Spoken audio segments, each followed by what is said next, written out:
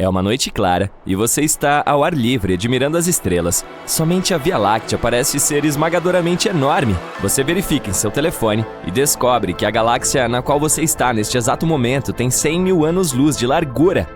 Para se ter uma ideia, um ano-luz já é uma distância muito longa. Por exemplo, leva 4,2 anos-luz para se ir da Terra até Próxima Centauri, que é a estrela mais próxima do nosso planeta, além do Sol. Portanto, 100 mil anos-luz é muito mais do que nós, humanos normais, podemos imaginar. E isso é apenas uma galáxia. Há muito mais lá fora. Agora, olhando para estes dados, parece bastante improvável que sejamos a única forma de vida por aí, não é mesmo? Mas por que nunca encontramos mais nada até agora? Vamos tirar uma coisa do caminho. A vida extraterrestre não significa necessariamente que estamos falando de pequenas pessoas verdes. Pode também significar micro-organismos, bactérias e plantas que podem ser encontradas em outros planetas. A verdade é que existe um grande espectro de possibilidades para a vida em outros planetas. E levando em consideração que existem até 50 bilhões de planetas na Via Láctea, é muito improvável que estejamos sozinhos neste grande universo. E como é a vida em outros planetas? Isto é o que passamos anos tentando descobrir. Vá em frente, pense comigo. Um planeta pode estar sem vida hoje, mas pode ter traços de matéria orgânica ou fósseis, o que significa que alguma forma de vida foi capaz de prosperar lá uma vez. E também pode ser que existam planetas lá fora contendo vida com bioquímica complexa, o que significa que eles poderiam ter fauna exatamente como nós temos na Terra, embora provavelmente não seja a mesma.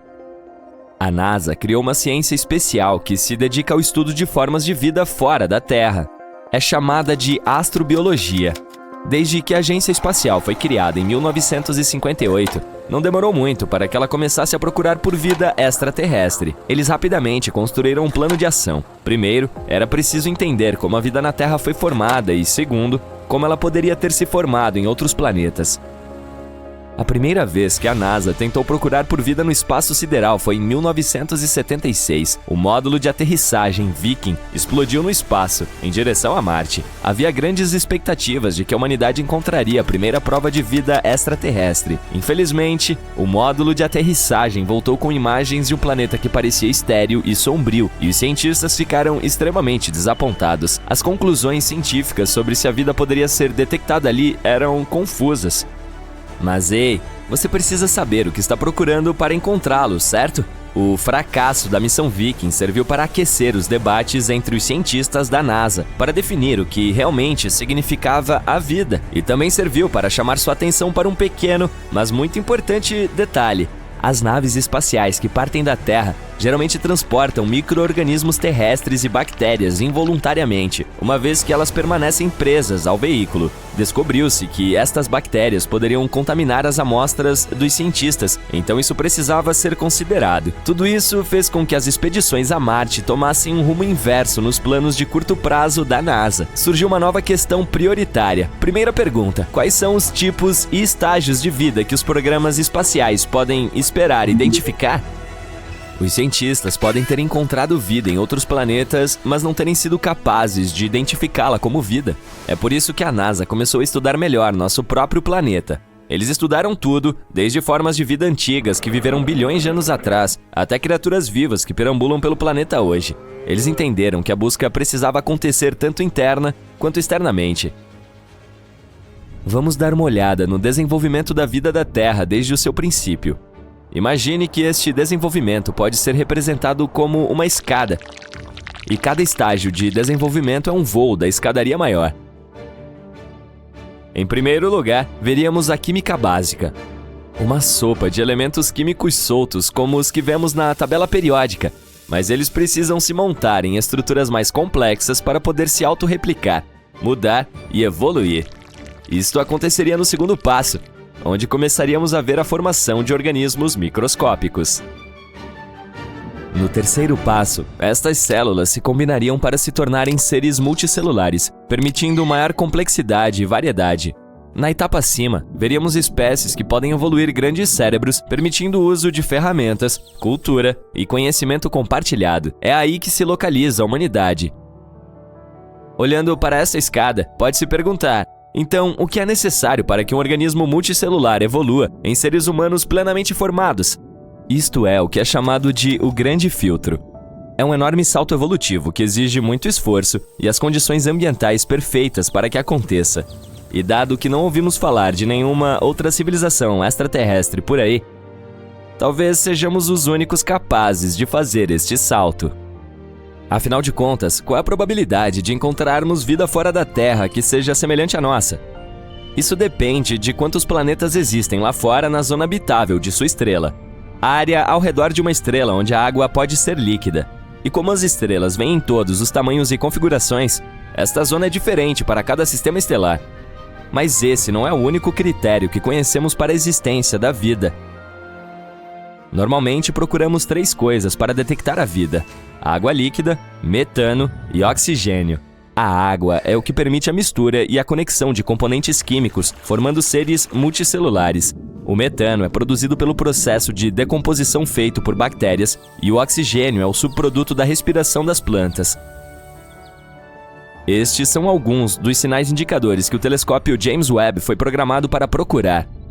Esse telescópio tem objetivos ambiciosos que podem revolucionar a ciência espacial. Suas principais prioridades são detectar formas de vida através do estudo de pequenas galáxias orbitando a Via Láctea. Ele também procurará as estrelas mais antigas do universo, tentando coletar dados sobre a origem do próprio universo. Isso é impressionante! A NASA está apostando em 2 variáveis com esse novo telescópio: uma varredura completa nos chamados exoplanetas, também conhecidos como planetas de fora de nosso sistema solar, e a busca por extremófilos, um tipo de vida que ama ambientes extremos. Os extremófilos foram descobertos pela primeira vez no planeta Terra nos anos 60, no fundo do mar, perto das Ilhas Galápagos. Os cientistas encontraram micro-organismos que vivem ao lado de respiradouros hidrotermais que pontilham o fundo do mar sobre essa parte do mundo. Crescer em lugares como estes, com temperaturas extremas acima de 370 graus Celsius, exige muita resistência. Quero dizer, você consegue imaginar o calor? Esta descoberta foi um ponto de virada para o campo da astrobiologia, pois os cientistas entenderam que a vida poderia sobreviver em condições extremamente severas, semelhantes à atmosfera disponível em vários exoplanetas.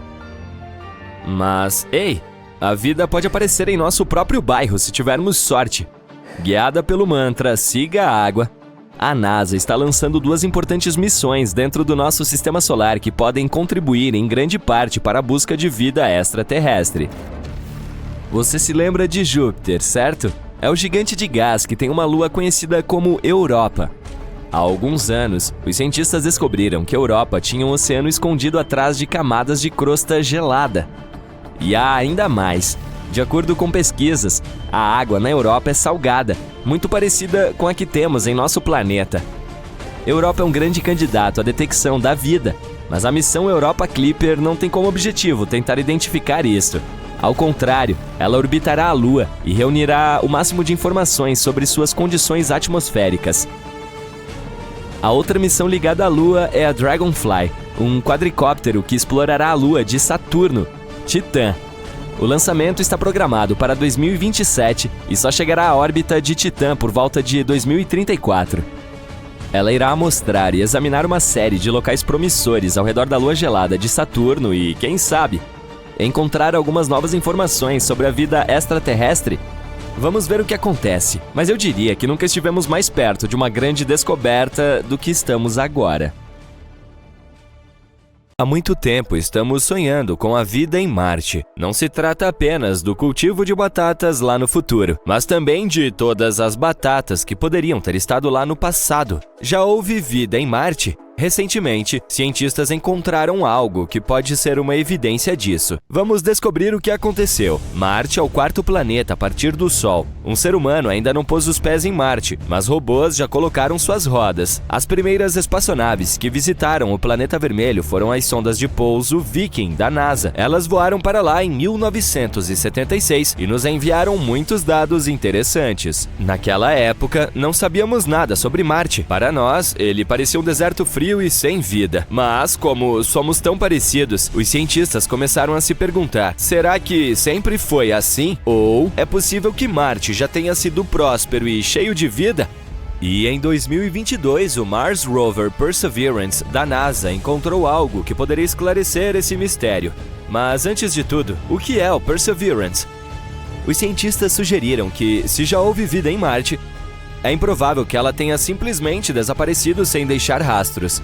Ela deve ter deixado algum rastro, talvez no subsolo, onde estaria protegida de birras solares radioativas e outras coisas desagradáveis. Portanto, precisamos verificar as rochas. É importante observar que não estamos procurando vida em Marte neste momento. É muito provável que não exista. Em vez disso, queremos olhar para o passado distante do nosso planeta gêmeo. Estamos falando de bilhões de anos atrás, quando Marte poderia ter sido quente, verde e longe de ser sem vida. Em outras palavras, temos que encontrar micróbios mortos e vários compostos químicos semelhantes aos da Terra. Essa é a missão do nosso personagem principal, a Perseverance. Ela chegou a Marte em fevereiro de 2021. A espaçonave aterrissou no fundo da cratera Jezero, com 48,28 km de largura. E, após o pouso, ela se deslocou para o oeste, para o local que levou os cientistas a escolherem Jezero para a pesquisa. Esse lugar é um delta de um rio seco. E esse antigo rio já tem mais de 3,5 bilhões de anos. A própria cratera Jezero já foi um grande lago. Sim, aparentemente havia água em Marte, e os cientistas sugeriram que esses lugares seriam perfeitos como guarda-costas de micróbios. É exatamente isso que as bactérias fazem na Terra. Elas se escondem, permanecendo quietas nas profundezas de lagos e lagoas. Portanto, provavelmente poderíamos encontrar vestígios lá. Os pesquisadores acreditam que esse lago em particular tem o maior valor científico de toda a missão. A maior chance de encontrar rochas nas quais essas bactérias poderiam sobreviver está aqui, em Jezero. Então, o Perseverance foi para o delta, mas o caminho não foi fácil. O rover errou um pouco e aterrissou mais longe do que o planejado. Como dizia um filme famoso, essa pequena manobra vai nos custar 51 anos. Felizmente, a Perseverance levou apenas 1 ano. E no caminho, conseguiu explorar um pouco Jezero. O rover usa uma complexa ferramenta integrada para explorar o mundo. A ferramenta chama-se Scanning Habitable Environments with Raman and Luminescence for Organics and Chemicals, varredura de ambientes habitáveis com Raman e luminescência para orgânicos e químicos, ou apenas Sherlock. A NASA adora seus acrônimos. À medida que o dispositivo se aproximava do delta, o sinal das moléculas orgânicas se tornava mais forte. Logo, esses sinais estavam por toda parte e, além disso, eram os mais brilhantes que os cientistas já haviam visto. O que isso significa? Elementar, meu caro Watson, né, Sherlock? É hora de cavar.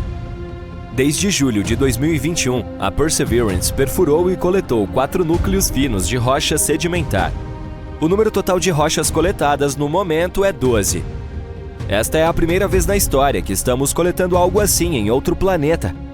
Esses 4 núcleos foram encontrados em 2 rochas chamadas Skinner Ridge e Whitecat Ridge. O primeiro par de núcleos, os do Skinner Ridge, não parece muito interessante à primeira vista.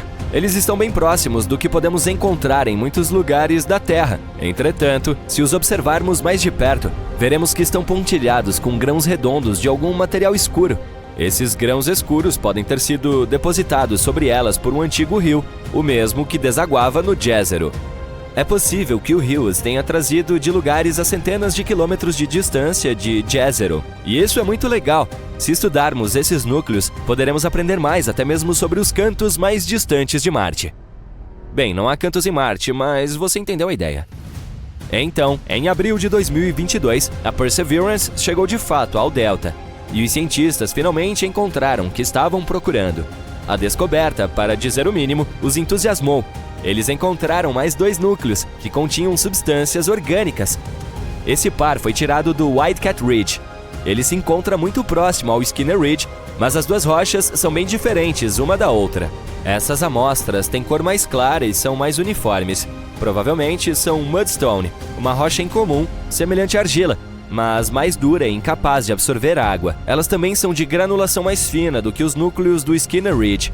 Por que isso é importante? Porque quanto mais finos os grãos da pedra, maior a probabilidade de haver vestígios de vida passada nela. Na Terra, as pedras de granulação fina geralmente se encontram no fundo de lagoas e em locais semelhantes. Lá, elas podem preservar os restos de organismos mortos e coisas assim por anos.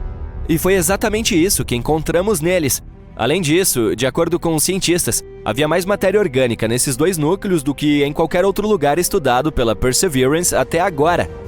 Ela provavelmente se acumulou ali enquanto o lago estava evaporando gradualmente há bilhões de anos. Então, realmente havia vida em Marte? Bem, vamos desacelerar um pouco.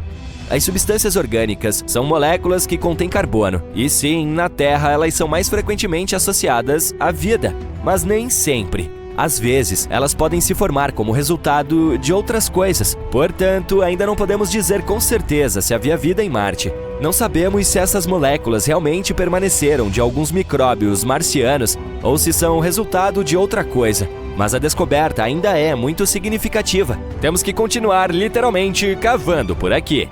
Para saber mais sobre essa matéria orgânica, os cientistas precisam coletar mais algumas amostras de rochas de granulação fina. Também seria ótimo estudar o material que está ao redor desses antigos reservatórios. A Perseverance já se mudou para outra área, para um lugar com um belo nome, Enchanted Lake. Agora ela precisa procurar coisas semelhantes lá e também continuará a estudar o Lago Jezero. Por fim, a Perseverance subirá até ao topo do delta e continuará explorando locais antigos fora da cratera. Em algum momento antes do final de 2022, a Perseverance provavelmente terá 6 ou mais amostras dos núcleos marcianos. Infelizmente, suas ferramentas, embora complexas, são bastante limitadas. Esses dados por si só não serão suficientes para obtermos um quadro completo. Portanto, a NASA planeja enviar outras espaçonaves a Jezero nos próximos anos. Juntamente com a Agência Espacial Europeia, eles estão trabalhando na próxima missão robótica conhecida como Mars Sample Return. O nome fala por si só. Esses dispositivos chegarão e levarão todos os tubos de ensaio do antigo prospector, a Perseverance. Depois disso, essas amostras serão entregues à Terra, embora não pela Amazon Prime. E, em seguida, os cientistas poderão analisá-las em laboratórios avançados. No entanto, tudo isso levará muito tempo. O lançamento dessa missão está programado para 2027 e 2028, e as naves espaciais não poderão retornar até 2033. Mas, se tudo der certo, serão as primeiras amostras da história entregues à Terra vindas de Marte. Em outras palavras, ainda há espaço suficiente para pesquisa. E sim, ainda não sabemos o verdadeiro significado dessas descobertas, mas é por isso que toda a missão foi criada, certo? E quem sabe, talvez em alguns anos nós finalmente descobriremos a verdade sobre o que aconteceu em Marte há bilhões de anos. Olha só o marciano! Te peguei!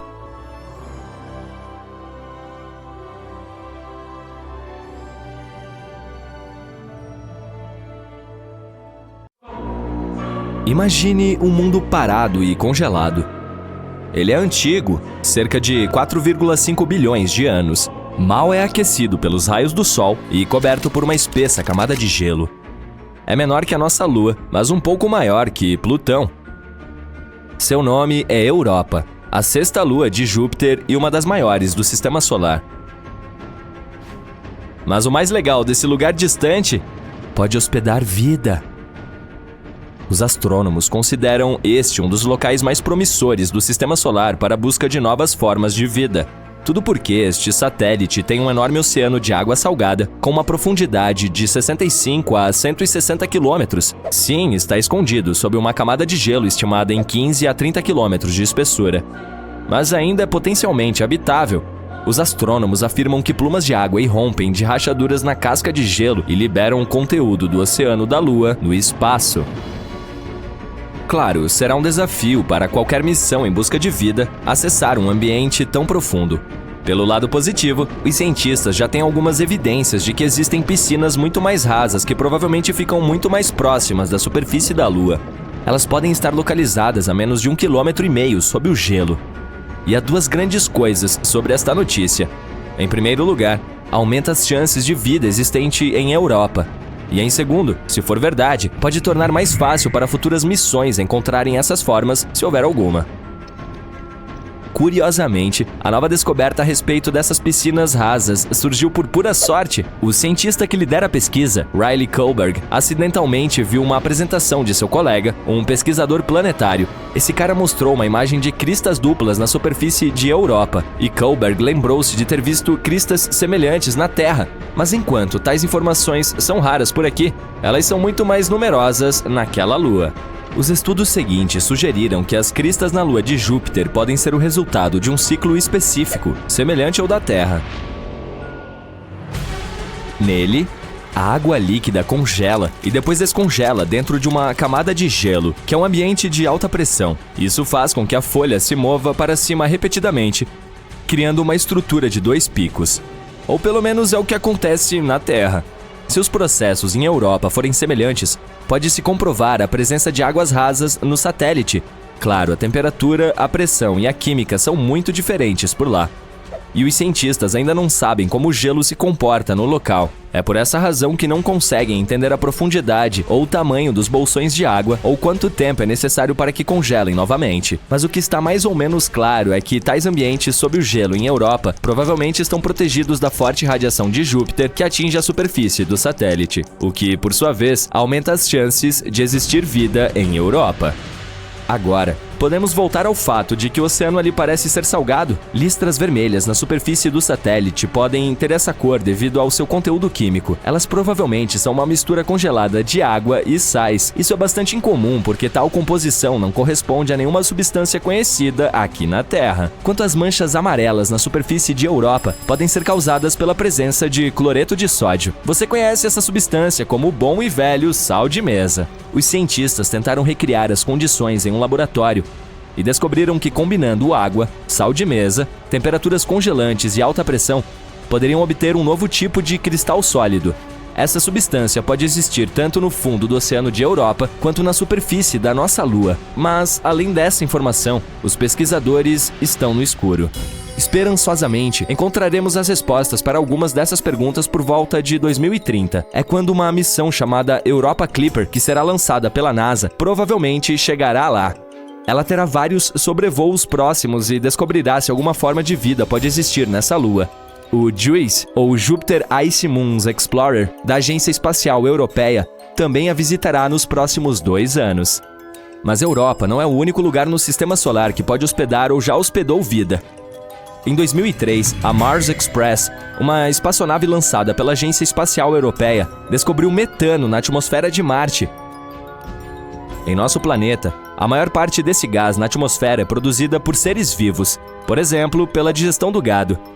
No entanto, os cientistas acreditam que ele permaneceu estável na atmosfera marciana por cerca de 300 anos. E então, em 2006, desapareceu quase totalmente do planeta vermelho. E aconteceu 600 vezes mais rápido do que nos modelos dos pesquisadores.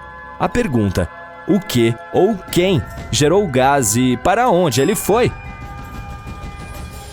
Outro mistério são os micróbios que podem estar dormindo sob a superfície do planeta. Lá, eles podem ter sido protegidos da forte radiação vinda do espaço por milhões de anos.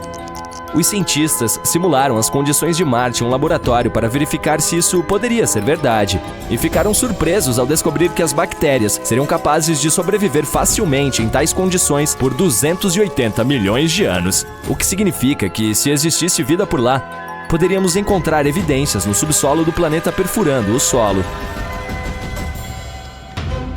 No momento, não há água corrente em Marte e as células ou esporos simplesmente secariam. Além disso, a temperatura da superfície é semelhante à do gelo seco. Em outras palavras, ela está profundamente congelada. E ainda assim, pode haver 6 tipos de bactérias e fungos vivendo no subsolo do planeta vermelho. O mais provável é apelidado de Conan, a bactéria, devido à sua natureza resistente. Bem, acho que o tempo vai mostrar. Agora vamos para Vênus. Em 2020, cientistas anunciaram que em sua atmosfera tóxica havia algo que poderia significar a existência de vida. Infelizmente, não havia nenhuma evidência, pois não era possível coletar amostras de micróbios ou tirar fotos da vida extraterrestre. Mas eles apontaram a descoberta de uma substância química chamada fosfina por lá, e isso era um grande problema.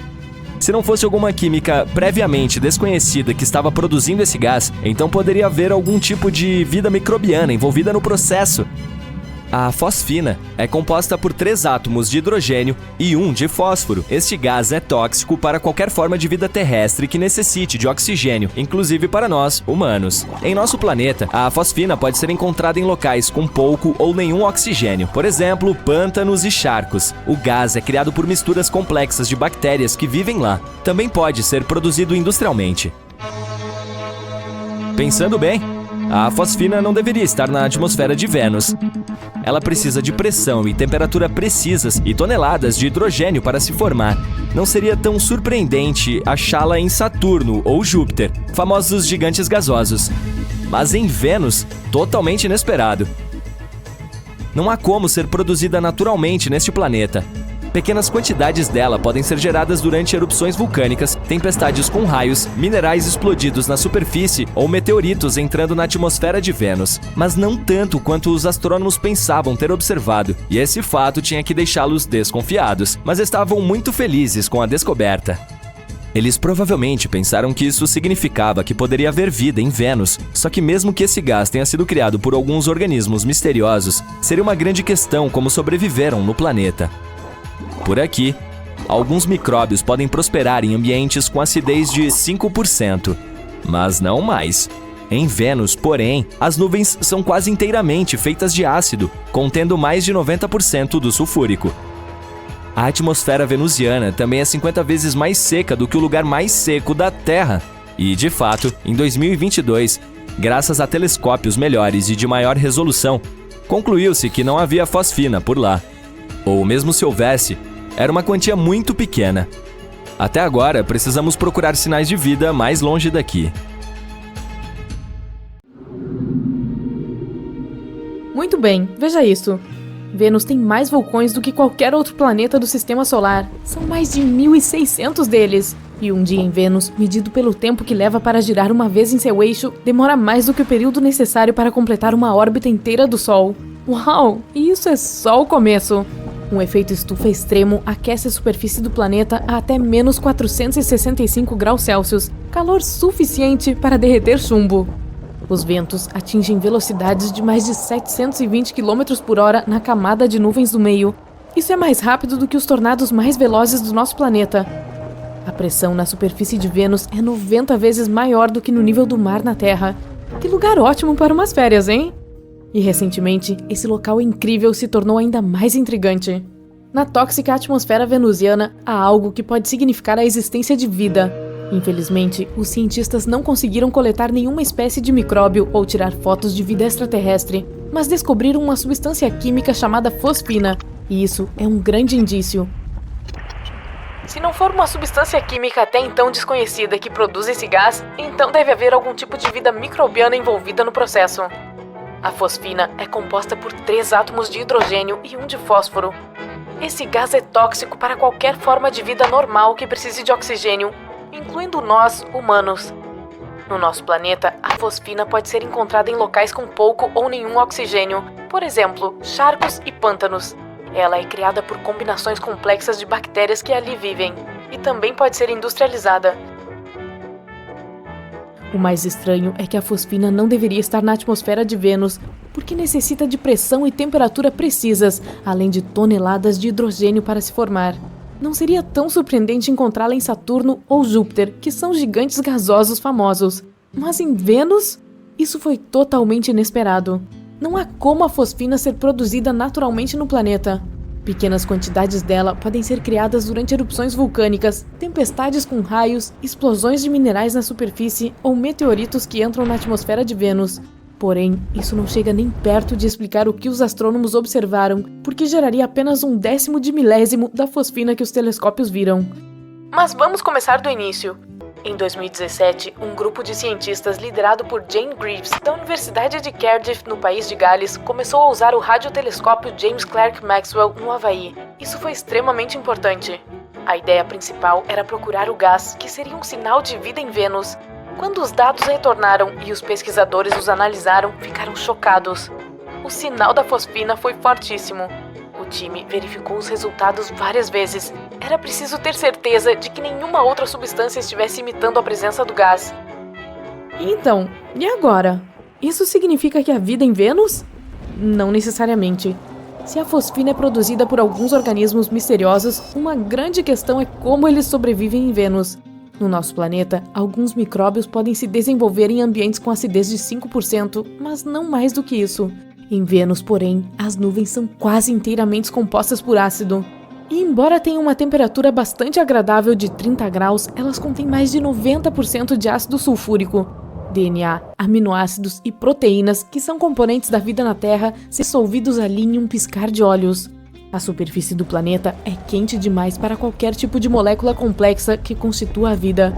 A atmosfera venusiana também é 50 vezes mais seca do que o lugar mais seco do nosso planeta. Existe uma teoria de que os micróbios podem se esconder nas escassas gotículas de água que flutuam na atmosfera, mas ainda não foi provada. No momento, os pesquisadores estão esperando por mais capturas do telescópio. Eles vão procurar outros gases associados à vida. Mesmo que encontrem mais evidências, as formas de vida em Vênus serão feitas de elementos absolutamente diferentes daquelas da Terra.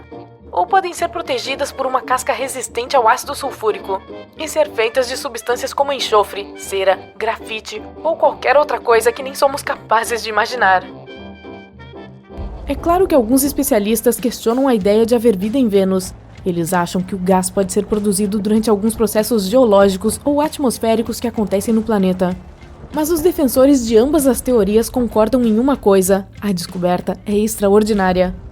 Curiosamente, os astrônomos sempre tentaram encontrar sinais de vida nas luas geladas de planetas gigantes, ou até mais perto, como em Marte, e nunca consideraram seriamente Vênus. Se as observações adicionais do telescópio e as futuras missões espaciais confirmarem que a fosfina é produzida por organismos vivos, poderemos ter um monte de surpresas emocionantes. Então as pessoas conheceriam um planeta com uma biosfera alienígena completamente estranha para nós, e ele seria quase como um vizinho de porta da Terra. Falando em visitar Vênus, será que seria possível as pessoas pousarem ali?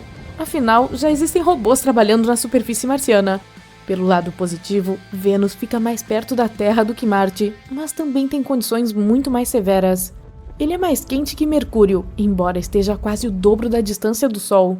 As temperaturas são mais altas do que o ponto de fusão de muitos metais, e alguns deles, como o chumbo ou o bismuto, podem cair como neve nos picos mais altos das montanhas. Se você puser os pés no planeta, não encontrará nada além de rocha estéril. Planícies basálticas gigantes são repletas de vulcões e montanhas. Em alguns lugares, a superfície derrete por causa do calor. Depois de escorrer um pouco, a rocha se solidifica novamente. Se as pessoas algum dia forem para lá, provavelmente construirão uma cidade flutuante nas nuvens da atmosfera venusiana. Cerca de 50 quilômetros acima da superfície, condições como pressão e gravidade são semelhantes às da Terra. A temperatura também é bastante controlável, cerca de 75 graus. Pense no Vale da Morte, na Califórnia, em um dia muito quente. A pressão atmosférica é a metade da que temos ao nível do mar no nosso planeta. Se você fosse para o espaço, seria bom usar uma roupa pressurizada. A pressão que sentiria seria a mesma que no topo do Monte Kilimanjaro. Além disso, esse vilarejo estaria melhor protegido da radiação do Sol do que em Marte.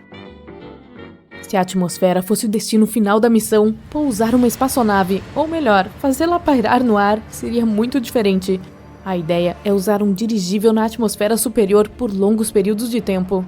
O dirigível, envolvido em uma casca espacial resistente, entraria na atmosfera do planeta a uma velocidade de cerca de 38.600 km por hora. Nos 7 minutos seguintes, cairia para aproximadamente 2.400 km horários. Depois disso, um enorme paraquedas se abriria e deixaria a nave ainda mais lenta.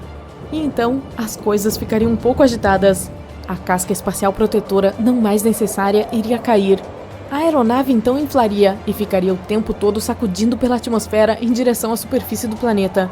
Sua velocidade seria de pelo menos 530 km por hora e ficaria cada vez maior, assim como sua resistência e sustentação.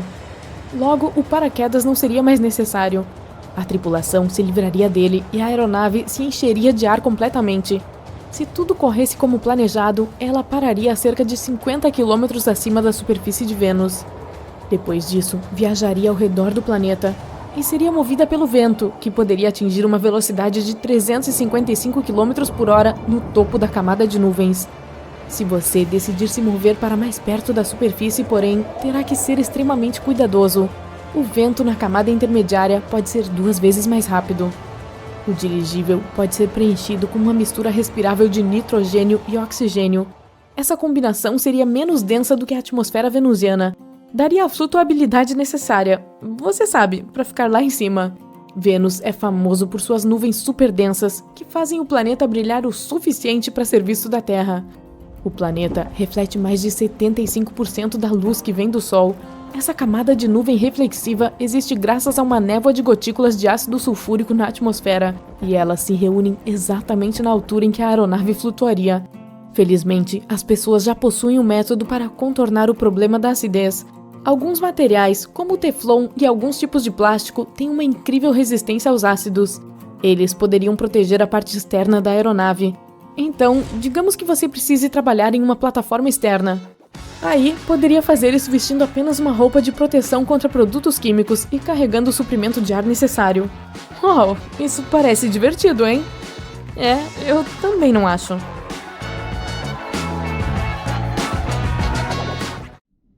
Muito recentemente, os astrônomos descobriram 3 possíveis planetas superterras orbitando uma estrela anã alaranjada um tanto próxima. O termo superterra é usado para descrever um planeta além do sistema solar com uma massa maior do que a do nosso mundo, mas menor que a dos gigantes de gelo do sistema solar, Urano e Netuno.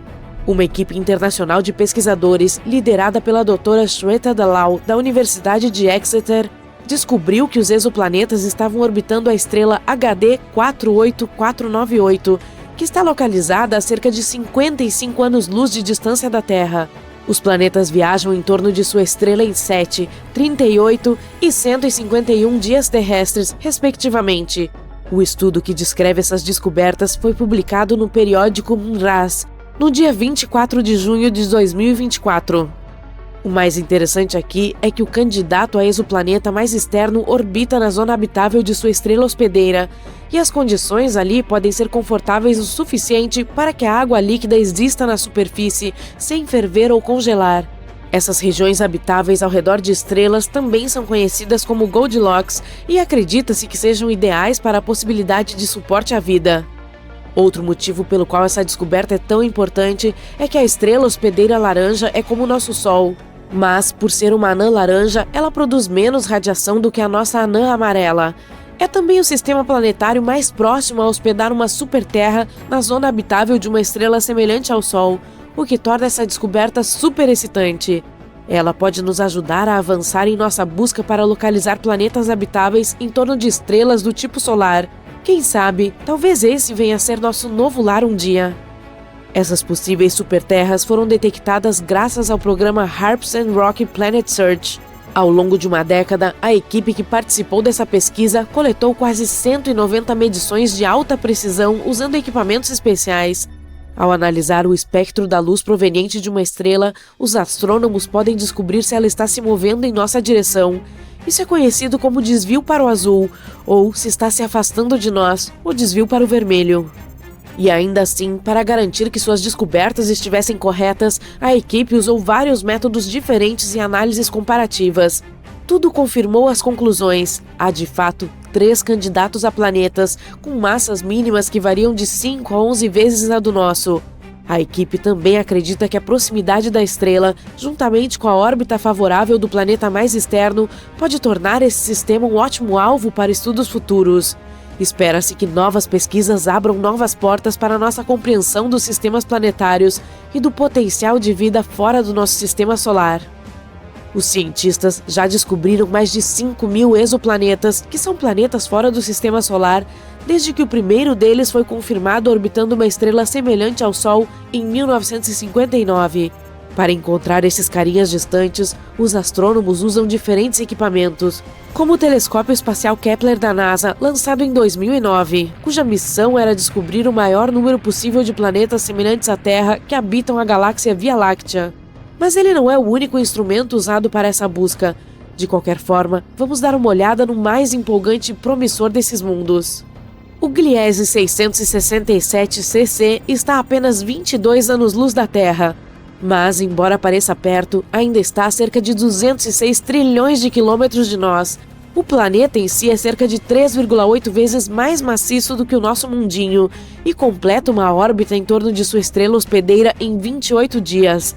Em outras palavras, um ano ali é 13 vezes mais curto do que aqui. Felizmente, a estrela é uma anã vermelha fria, portanto, o exoplaneta provavelmente está em sua zona habitável, mas ainda há uma chance de que seja assado regularmente pelas chamas provenientes de sua estrela-mãe, o que não é legal em muitos níveis diferentes. O Kepler 22b está muito mais distante do que o mundo anterior, a mais de 600 anos-luz de distância de nós. Foi o primeiro planeta Kepler encontrado na zona habitável de sua estrela. Esse mundo é cerca de 2,4 vezes maior que a Terra. Infelizmente, ainda não sabemos se é rochoso, líquido ou gasoso. A órbita do Kepler 22b é semelhante à nossa. Leva 290 dias para orbitar sua estrela de classe G, que é parecida com o nosso Sol, mas é menor e mais fria. Outro planeta Kepler, dessa vez o 69c. Ele está a incríveis 2.700 anos-luz de distância. Esse mundo também é quase 70% maior que a Terra. Os pesquisadores não sabem nada sobre sua composição, mas descobriram que precisa de 242 dias para completar uma órbita. Isso faz com que sua posição em seu sistema seja semelhante à de Vênus no nosso sistema solar. Ao mesmo tempo, pode ser mais hospitaleiro do que Vênus, pois sua estrela hospedeira é um pouco menos luminosa, 80% do nosso Sol. TOI 733b é um mundo descoberto recentemente. Foi encontrado em 2023. Fica a 245 anos-luz de distância da Terra e precisa de apenas 4,9 dias terrestres para completar uma órbita em torno de sua estrela. Mas a coisa mais legal sobre ele é que pode ter um oceano enorme. De acordo com os cientistas, é provável que o planeta esteja completamente coberto de água. Será que isso significa que pode haver vida nessa superterra? O tempo mostrará. O GJ 1214b está localizado a 40 anos-luz de distância e é uma superterra quase 3 vezes maior em diâmetro e 8 vezes mais pesado do que a nossa casa. Ele orbita em torno de sua estrela anã vermelha mais rápido do que você consegue assistir a sua série favorita, dando uma volta completa a cada 38 horas. Mas não são apenas o tamanho e a órbita que são de outro mundo. É muito quente lá, com incríveis 232 graus Celsius. Mas o mais legal é que esse planeta está praticamente se afogando em água. As temperaturas escaldantes e as altas pressões loucas no GJ 1214b criam alguns materiais legais, como gelo quente e água superfluida. A superfluidez é algo que acontece no hélio líquido quando ele está quase tão frio quanto possível. Na Terra, a água perdeu totalmente a chance de ser superfluida, pois precisa de temperaturas ridiculamente baixas e pressões fora do comum para realizar esse truque. Ainda assim, não há muita utilidade na água superfluida, mesmo que você tente, ficará desidratado.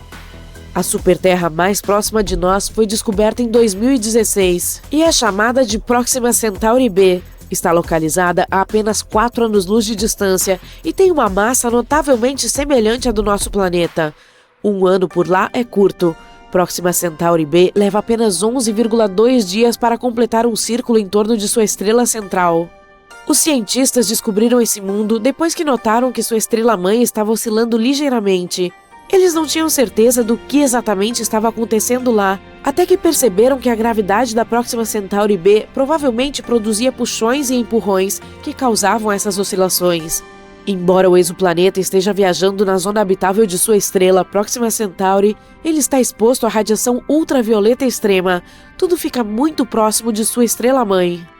Além disso, nenhum dos telescópios que estão atualmente trabalhando e explorando exoplanetas está posicionado bem o suficiente para captar a luz da atmosfera dessa superterra. A maioria das coisas por lá ainda é um mistério para nós, mesmo que estejamos falando de um planeta que está próximo. A superterra TOI 715b orbita uma anã vermelha, uma estrela menor e mais fria que o nosso Sol. No momento, essas estrelas continuam sendo as principais candidatas para encontrar planetas habitáveis em sua órbita. Esses mundos rochosos em miniatura têm órbitas muito mais próximas do que aquelas que giram em torno de estrelas como o nosso Sol. Mas como as anãs vermelhas são pequenas e frias, os planetas não correm nenhum risco ao se aglomerarem mais perto. Ainda estão seguros dentro da zona habitável da estrela. Os especialistas dizem que o TOI 715b pode ter tido uma atmosfera mais espessa do que a de Netuno e agora pode estar em um estado de transição em que está perdendo sua atmosfera. Para confirmar essa suspeita, os cientistas precisam fazer mais pesquisas e, finalmente, poderão descobrir se ele é um planeta aquoso e terrestre. Considere Encelados, a lua gelada de Saturno, um dos lugares mais promissores para procurar vida fora da Terra. Os cientistas acabaram de detectar o último dos 6 ingredientes necessários para sua formação, o fósforo. Esse elemento mais raro foi descoberto em um oceano em Encelados. Ele ajuda a tornar o solo fértil na Terra, mas a concentração desse mineral nos mares ocultos da Lua distante pode ser de 100 a 1000 vezes maior do que nos oceanos do nosso planeta. E talvez ocorra porque o oceano de Encelados é rico em carbonatos, exatamente como a água com gás, e esta provavelmente dissolverá os fosfatos das rochas da Lua. A nova descoberta também sugere que em outras luas geladas de Saturno, como o Titã, as águas também podem estar carregadas de fósforo. Por que os cientistas estão tão entusiasmados com esse mineral? Bem, os fosfatos, que são compostos contendo fósforo, são componentes cruciais da vida na Terra. O DNA, o RNA e as membranas celulares os têm. Mas entre os 6 elementos necessários para a vida, que são carbono, hidrogênio, nitrogênio, oxigênio, fósforo e enxofre, o fósforo é o menos comum. Em 2004, a sonda espacial Cassini entrou na poeira do segundo anel mais externo de Saturno, chamado de E. Ele é composto de grãos de gelo ejetados por Encelados, e ao estudar esses grãos examinados pelo analisador de poeira cósmica da Cassini, os pesquisadores detectaram fósforo. Encelados é a 6ª maior lua de Saturno. Ela não é realmente grande, tem apenas 505 km de diâmetro, ou seja, é pequena o suficiente para caber dentro do estado do Arizona. Deveríamos tentar isso algum dia. É interessante notar que quando a sonda espacial Cassini chegou a Saturno, os astrônomos pensaram que Encelados seria uma bola de gelo congelada. Mas então, surpresa, surpresa, eles viram plumas de partículas de gelo e vapor de água saindo de geysers na superfície dessa lua. Ficou claro que havia um oceano global entre o núcleo rochoso dela e sua casca gelada. Os mesmos pesquisadores descobriram anteriormente que esse satélite natural de Saturno também pode ser o lar de moléculas orgânicas complexas. Antes, os cientistas pensavam que os fosfatos poderiam estar presos nos núcleos rochosos de Encelados e mundos semelhantes. É por essa razão que os trabalhos mais recentes, que sugerem que os fosfatos também podem ser abundantes no oceano, foram uma surpresa. Os pesquisadores examinaram 305 grãos de gelo do anel E de Saturno e descobriram que 9 continham fosfatos. E esses resultados foram claros e inconfundíveis. E isso é muito importante porque há algum tempo acreditava-se que a fosfina, um composto de hidrogênio e fósforo, existia nas nuvens de Vênus. Mas ninguém conseguiu encontrar nenhuma evidência que sustentasse essa teoria. Em Encelados, no entanto, não há controvérsia, os fosfatos existem ali. Os astrônomos consideram Europa um dos lugares mais promissores do sistema solar para a busca de novas formas de vida. Tudo porque essa lua tem um enorme oceano de água salgada, com uma profundidade de 65 a 160 quilômetros. Sim, ele está escondido sob uma camada de gelo que, segundo estimativas, tem de 15 a 30 quilômetros de espessura, mas ainda é potencialmente habitável. Os pesquisadores afirmam que plumas de água irrompem de rachaduras na camada de gelo e liberam o conteúdo do oceano da Lua no espaço. É claro que será um desafio para qualquer missão em busca de vida acessar um ambiente tão profundo. Pelo lado positivo, os cientistas já têm algumas evidências de que existem fontes muito mais rasas que provavelmente estão muito mais próximas da superfície da Lua. Elas podem estar localizadas a menos de 1 quilômetro de profundidade sob o gelo. E essa notícia tem 2 coisas excelentes. Em primeiro lugar, aumenta as chances de haver vida em Europa. E em segundo lugar, se for verdade, pode facilitar para que futuras missões encontrem essas formas de vida, se houver alguma. Em seguida temos Titã, a maior lua de Saturno. Ela é menor e tem gravidade mais leve que a da Terra, mas ainda nos faz lembrar do nosso planeta, já que o nitrogênio predomina em sua atmosfera. Trata-se do único outro mundo em nosso sistema solar com lagos e rios. Esses corpos d'água são feitos de hidrocarbonetos, metano e etano. Há também um oceano subsuperficial de água, mas ele está localizado muito no fundo e ninguém descobriu ainda se faz contato com algo na superfície. Se for o caso, poderá fornecer combustível para a vida depois de se misturar com a química complexa da superfície. Mas Encelados e outras luas geladas não são os únicos lugares no Sistema Solar que podem abrigar ou já abrigaram vida. Em 2003, a Mars Express, uma espaçonave lançada pela Agência Espacial Europeia, descobriu metano na atmosfera de Marte. Em nosso planeta, a maior parte desse gás na atmosfera é produzida por criaturas vivas. Por exemplo, o gado que digere o alimento e emite, você sabe, gás. Entretanto, os cientistas acreditam que o metano permaneceu estável na atmosfera marciana por cerca de 300 anos. E então, em 2006, desapareceu quase totalmente do planeta vermelho. E aconteceu 600 vezes mais rápido do que os modelos dos pesquisadores previam. A questão é, o que ou quem gerou o gás e para onde ele foi? Outro mistério por lá são os micróbios que podem estar dormindo sob a superfície de Marte.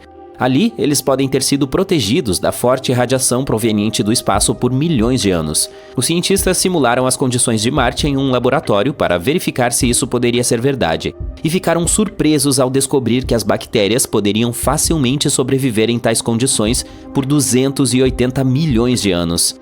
Bom, é um longo prazo de validade, e significa que, se houvesse vida em Marte, poderíamos achar evidências na subsuperfície por meio de perfurações no solo. No entanto, não há água corrente em Marte, e as células ou esporos simplesmente secariam. Além disso, a temperatura da superfície é semelhante à do gelo seco, em outras palavras, está profundamente congelada. E ainda assim, pode haver 6 tipos de bactérias e fungos vivendo no subsolo do planeta vermelho.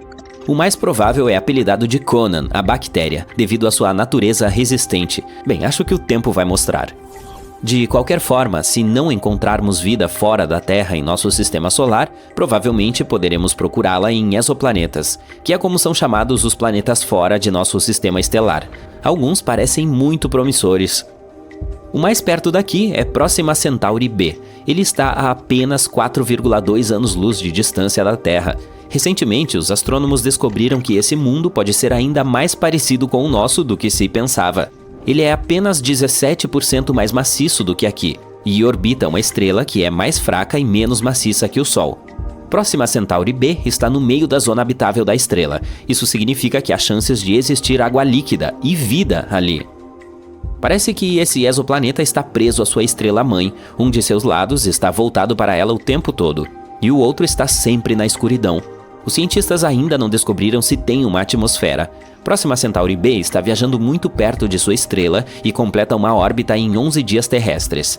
A radiação da estrela pode estar puxando o ar do planeta para longe. Se esse for o caso, é pouco provável que exista água líquida em sua superfície. O Gliese 832c está a 16,2 anos-luz de distância da Terra. No esquema cósmico das coisas, está a um passo de distância. Esse exoplaneta é 5 vezes mais maciço que a Terra e viaja muito mais perto de sua estrela-mãe. É por isso que um ano ali dura apenas 36 dias. Mas como se trata de uma anã vermelha muito mais fria e mais fraca do que o Sol, Gliese 832c recebe tanta luz e calor quanto o nosso planeta. Ao mesmo tempo, ainda não está claro se ele é semelhante à Terra, e provavelmente tem uma atmosfera muito mais espessa que cria um efeito estufa descontrolado. Esse fenômeno ocorre quando um planeta absorve mais calor de sua estrela hospedeira do que consegue liberar de volta para o espaço. Isso significa que é mais provável que o Gliese 832c se assemelhe a Vênus, quente e escaldante, do que a Terra, relativamente fria. Por mim, tudo bem. Ah, finalmente as merecidas férias. Desta vez você vai conhecer algo novo, um oceano em uma das luas de Urano. Tudo bem, estou brincando. Esse destino ainda não é um local de férias, mas sim, há definitivamente alguns oceanos impressionantes por aí.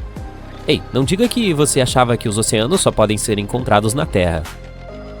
Mas antes de mergulharmos nos oceanos das luas de Urano, vamos falar primeiro sobre o próprio Urano, o 7º planeta a partir do Sol e o gato mais legal do Sistema Solar. Ele tem 27 luas, e 4 delas podem tecnicamente ter oceanos. Isso é mais do que o número de amigos que a maioria das pessoas tem. Todas essas luas são como miniaturas de Urano. Elas se inclinam no mesmo ângulo maluco de seu planeta-mãe, 98 graus para ser exato. E Urano é tão único que orbita o Sol de lado. Isso significa que seu equador está quase em um ângulo reto com sua órbita. Isso é que é rebeldia. Mas por que Urano é assim? Bem, alguns astrônomos acham que é porque ele foi derrubado de lado por uma colisão maciça com outro planeta. E esse impacto pode ter realmente criado as luas de Urano. Fato curioso. Essas luas têm nomes bem específicos. Em vez de figuras míticas, a maioria delas tem nomes de personagens de Shakespeare. Quero dizer, quem precisa de Zeus quando se tem Julieta e Desdémona? Descobrir essas luas não é fácil. Elas são muito escuras e estão localizadas a bilhões de quilômetros de distância do Sol. É como tentar encontrar uma agulha em um palheiro, só que a agulha é menor do que o seu dedo mindinho. Esses 27 satélites são divididos em 3 grupos: 13 luas internas, 5 luas principais e 9 luas irregulares. As irregulares são rebeldes com órbitas retrógradas, enquanto as outras são prógradas e seguem o fluxo de Urano. As maiores são Miranda, Ariel, Umbriel, Titânia e Oberon, e todas elas estão no plano equatorial de Urano, e são grandes o suficiente para serem redondas. Elas têm crateras, cânions e penhascos. Nossa! Essas luas também se formaram a partir de um impacto gigante que inclinou Urano em seu eixo. É por isso que todas elas também são inclinadas, e por causa dessa inclinação, elas têm ciclos sazonais malucos, assim como o próprio Urano. Mas ainda não encontramos todas as luas de Urano. As pequenas e irregulares são sorrateiras e difíceis de detectar. Portanto, quem sabe quantas mais podem existir. Mas vamos falar sobre o que é realmente legal. Do que essas luas são feitas. Não temos certeza absoluta, mas achamos que elas são feitas de rocha e gelo. Miranda é a mais gelada, enquanto as luas internas provavelmente são apenas poeira. E as que estão além da órbita de Oberon? Provavelmente são asteroides capturados que podem ser rochosos ou gelados, ou sabe-se lá o quê. Mas aqui está o que realmente diferencia as luas de Urano. Todas elas estão inclinadas junto com Urano. Isso é incrível! A exploração dessas luas pode nos ensinar muito sobre como os mundos oceânicos se formam e se mantêm ativos. Titânia é a maior lua de Urano, mas ainda tem menos da metade do tamanho da lua da Terra, com um diâmetro de cerca de 1.600 km. É também a 8ª lua mais pesada de todo o sistema solar. Ela recebeu o nome da Rainha das Fadas em Sonho de uma Noite de Verão. A cor de Titânia é cinza, e ela tem algumas manchas brilhantes que os cientistas acreditam ser geada. Ela é composta por uma mistura de gelo e rocha, assim como todas as outras luas próximas a Urano. Oberon é a 2ª maior lua de Urano e recebeu o nome do rei dos elfos da peça de Shakespeare. Ela tem quase o mesmo tamanho de Titânia e também tem uma composição metade gelo, metade rocha, mas a superfície de Oberon é muito mais cheia de crateras do que as outras luas de Urano.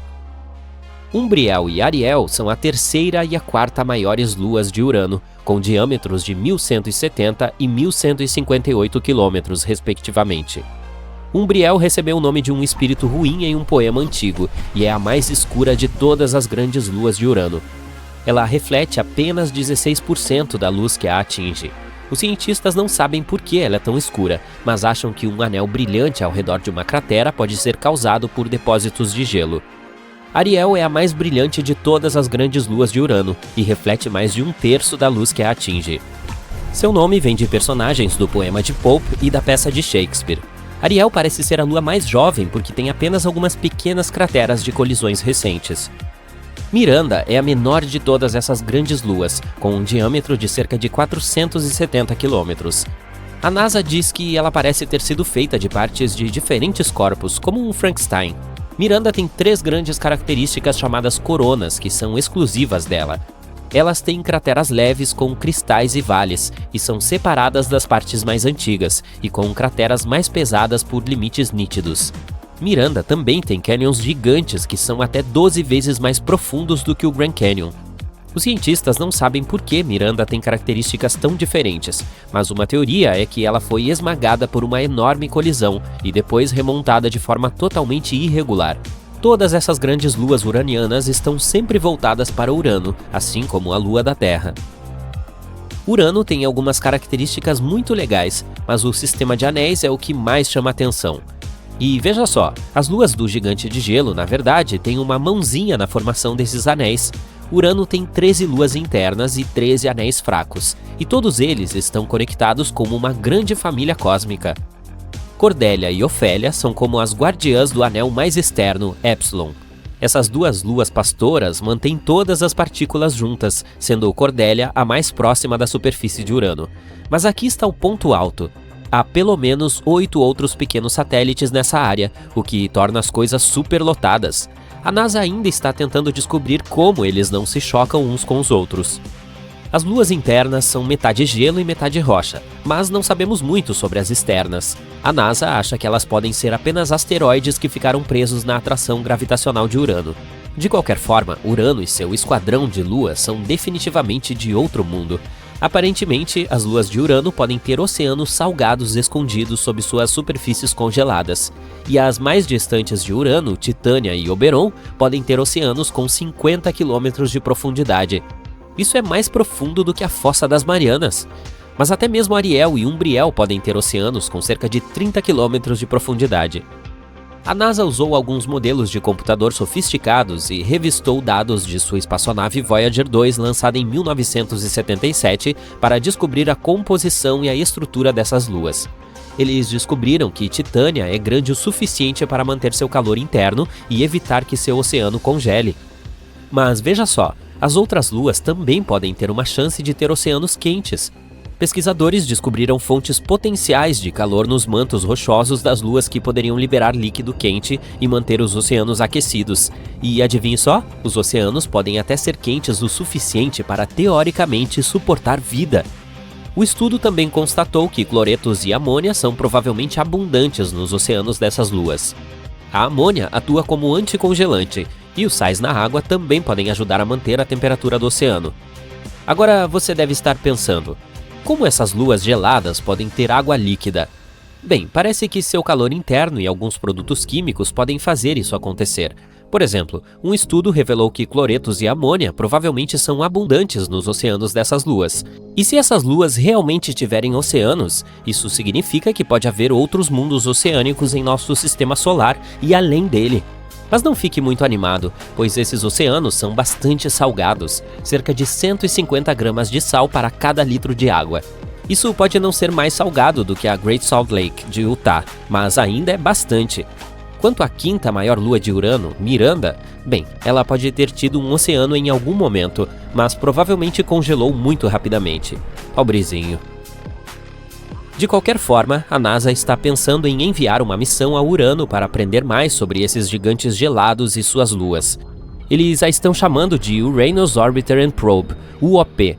Para mim, soa como uma festa. Então, sim, tecnicamente pode haver não 4, mas até 5 oceanos, mas ainda há muito a aprender e explorar.